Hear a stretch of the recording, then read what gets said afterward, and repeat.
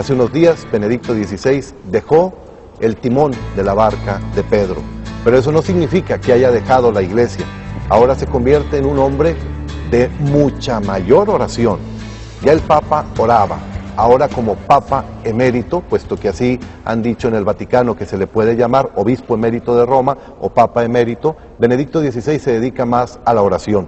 Pero antes de irnos al corte, platicábamos, Jorge, que es muy importante ver la labor que hizo hacia adentro Benedicto, porque, bueno, fue muy señalado por los medios en muchos aspectos. Ahora sí que a Juan Pablo II, la Cámara lo quería, todo el mundo le aplaudía, pero Benedicto, cualquier cosa que hacía, venía el trancazo. Sí, sin lugar a dudas, la comparativa de lo que realizó Juan Pablo II contra lo que llegó a hacer también, y está haciendo todavía, porque finalmente es una labor que se sigue, el Papa Ratzinger, Benedicto XVI, era evidente, y más para un pueblo tan católico como el mexicano.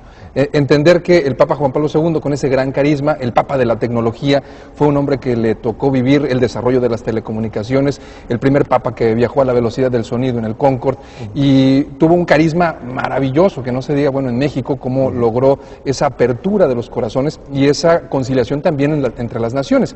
Deja, por tanto, unos zapatos importantes que los mexicanos, al menos, o los latinos, buscábamos encontrar en el Papa Benedicto XVI, con esa tal vez frialdad de la que hacían referencia a algunos de los jóvenes, en este caso Miguel.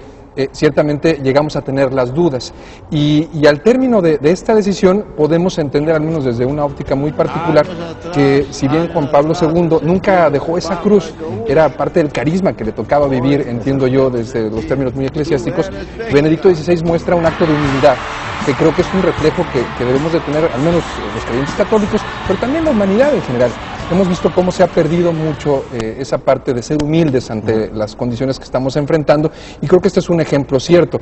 En el Vaticano hay una serie de situaciones que se han enfrentado, que se siguen enfrentando, serie de escándalos, temas de pederastía, situaciones que evidentemente el Papa Benedicto XVI, antes de que fuera nombrado, ya había analizado, ya había visto, ya había expuesto. Entonces no eran temas tanto ajenos, pero sin embargo que sí requieren de un control importante. De ahí también surge, por último, padre, en esa breve exposición, surge ese cuestionamiento si eso fue uno de los motivos que tal vez orilló al Papa Benedicto XVI por su estado de salud. Es decir, es un tema muy complicado, es un tema en el que necesitamos energía nueva, y mejor dejamos el lugar a otra persona, que son cosas que, insisto, creo que el propio Vaticano tendría que analizar, pero por lo pronto creo que la labor que realiza Benedicto XVI es una labor de conciliación al interior, de fortalecimiento. Yo quiero recordar esa escena que vimos, padre Juanjo, amigos, en León, Guanajuato, de el Papa cuando llega, Karina, ¿te acuerdas? Cuando llega a México y cuando se va.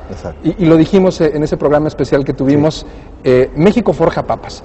Y la concepción con la que se fue el Papa Benedicto XVI, el rostro incluso con el que se fue, completamente distinto. Entonces creo que esas son de las cosas que podemos resaltar sin lugar a dudas de lo que ha sido este papado, este pontificado.